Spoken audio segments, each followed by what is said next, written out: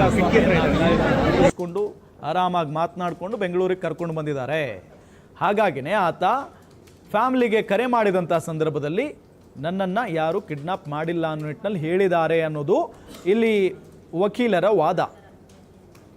ರೇಣುಕಾಸ್ವಾಮಿ ತನ್ನ ಕುಟುಂಬಸ್ಥರಿಗೆ ಕರೆ ಮಾಡಿ ಹೇಳಿದ್ದಾನೆ. ರೇಣುಕಾಸ್ವಾಮಿನೇ ಇಲ್ಲ ಅಂತ ಹೇಳಿದ ಮೇಲೆ ಕಿಡ್ನಾಪ್ ಕೇಸ್ ಹೇಗಾಗುತ್ತೆ ಅನ್ನೋದು CV ನಾಗೇಶ್ ಅವರ ಪ್ರಬಲ ವಾದ. ಹಾಗಾದರೆ ಕಿಡ್ನಾಪ್ ಕೇಸನ್ನು ಉದ್ದೇಶಪೂರ್ವಕವಾಗಿ ಪೊಲೀಸರು ಹಾಕಿದ್ರ? ಈ ರೀತಿಯಾಗಿ ಅನುಮಾನವನ್ನು ವ್ಯಕ್ತಪಡಿಸ್ತಾ ಇದ್ದಾರೆ CV ನಾಗೇಶ್. ಯಾವೆಲ್ಲ ರೀತಿಯಾಗಿ ತಪ್ಪುಗಳನ್ನು ಮಾಡಿದಾರೋ, ಲೋಪದೋಷಗಳಿದಾವೋ ಅದೆಲ್ಲವನ್ನು ಎತ್ತಿ ಹಿಡಿಯುವ ಪ್ರಯತ್ನವನ್ನು ಇಲ್ಲಿ CV ನಾಗೇಶ್ ಮಾಡ್ತಾ ಇದ್ದಾರೆ.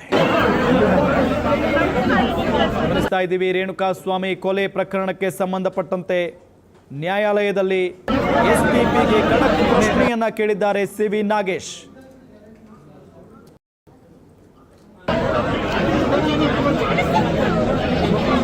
ಇನ್ನು ಶೈತ್ಯಾಗಾರದಲ್ಲಿ ಮೃತದೇಹ ಇಟ್ಟಿದ್ದರಿಂದ ಸಮಯ ಗೊತ್ತಾಗಿಲ್ಲ. ಶವದ ಫೋಟೋ ಆಧಾರದ ಮೇಲೆ ಕೊಲೆ ಟೈಮ್ ಉಲ್ಲೇಖಿಸಿದ್ದಾರೆ. ಶವದ ಫೋಟೋ ಆಧಾರದ ಮೇಲೆ ಸಮಯ ನಿಗದಿಗೆ ಅವಕಾಶ ಇದೆಯಾ ಪ್ರಶ್ನೆ ಮಾಡಿದ್ದಾರೆ.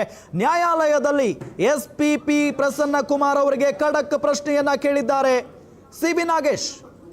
ಹೈಕೋರ್ಟ್ನಲ್ಲಿ ದರ್ಶನ್ ಪರ ವಕೀಲ CV ನಾಗೇಶ್ ಪ್ರಬಲ ವಾದವನ್ನು ಮಂಡನೆ ಮಾಡ್ತಾ ಇದ್ದಾರೆ.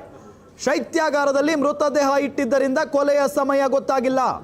ಶವದ ಫೋಟೋ ಆಧಾರದ ಮೇಲೆ ಕೊಲೆ ಟೈಮ್ ಉಲ್ಲೇಖ ಮಾಡಿದ್ದಾರೆ. ಶವದ ಫೋಟೋ ಆಧಾರದ ಮೇಲೆ ಸಮಯ ನಿಗದಿಗೆ ಅವಕಾಶ ಇದೆಯಾ ಅಂತ ಹೇಳಿ ನ್ಯಾಯಾಲಯದಲ್ಲಿ SPPಗೆ ಖಡಕ್ ಪ್ರಶ್ನೆಯನ್ನ ಕೇಳಿದ್ದಾರೆ ನಾಗೇಶ್.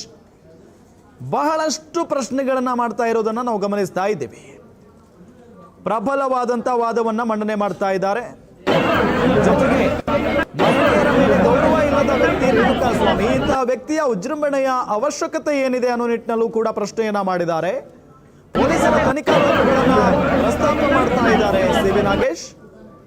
ಮೃತದೇಹದ ಪರೀಕ್ಷಾ ವರದಿ 1 ತಿಂಗಳು ತಡ ಆಗಿದೆ. ಇಂತಹ ಹೈ ಪ್ರೊಫೈಲ್ ಕೇಸ್ನಲ್ಲಿ ಪೊಲೀಸರು ತಡ ಮಾಡಿದ್ಯಾಕೆ?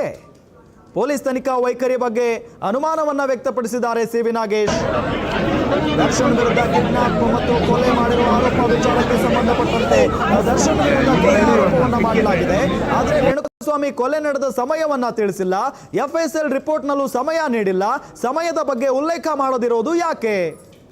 ಪ್ರಬಲವಾದಂಥ ವಾದ, ಪ್ರಶ್ನೆಗಳನ್ನ ಮಾಡ್ತಾ ಇರೋದು CV ನಾಗೇಶ್. ವಿರುದ್ಧ ದಾಖಲಿಸಿರೋ ಸೆಕ್ಷನ್ಗಳ ಬಗ್ಗೆ ಆಕ್ಷೇಪವನ್ನ ಎತ್ತಿದ್ದಾರೆ. ಸೆಕ್ಷನ್ ಬಗ್ಗೆ ಆಕ್ಷೇಪವನ್ನ ವ್ಯಕ್ತಪಡಿಸಿದ್ದಾರೆ ವಕೀಲ CV ನಾಗೇಶ್.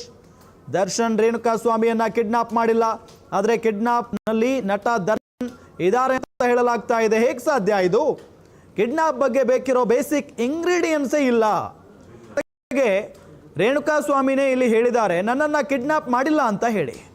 ರೇಣುಕಾಸ್ವಾಮಿ ಅವರ ಕುಟುಂಬಸ್ಥರಿಗೆ ಕರೆ ಮಾಡಿ ಹೇಳಿದ್ದಾರೆ.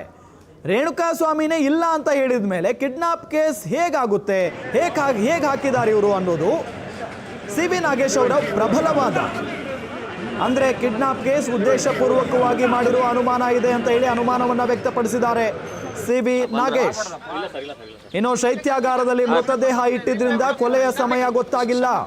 ಶವದ ಫೋಟೋ ಆಧಾರದ ಮೇಲೆ ಕೊಲೆ ಟೈಮ್ ಉಲ್ಲೇಖ ಮಾಡಿದ್ದಾರೆ. ಶವದ ಫೋಟೋ ಆಧಾರದ ಮೇಲೆ ಸಮಯ ನಿಗದಿಗೆ ಅವಕಾಶ ಇದೆಯಾ? ಹೀಗೆ ಹಲವಾರು ಪ್ರಶ್ನೆಗಳನ್ನು ಮಾಡಿದ್ದಾರೆ. ನ್ಯಾಯಾಲಯ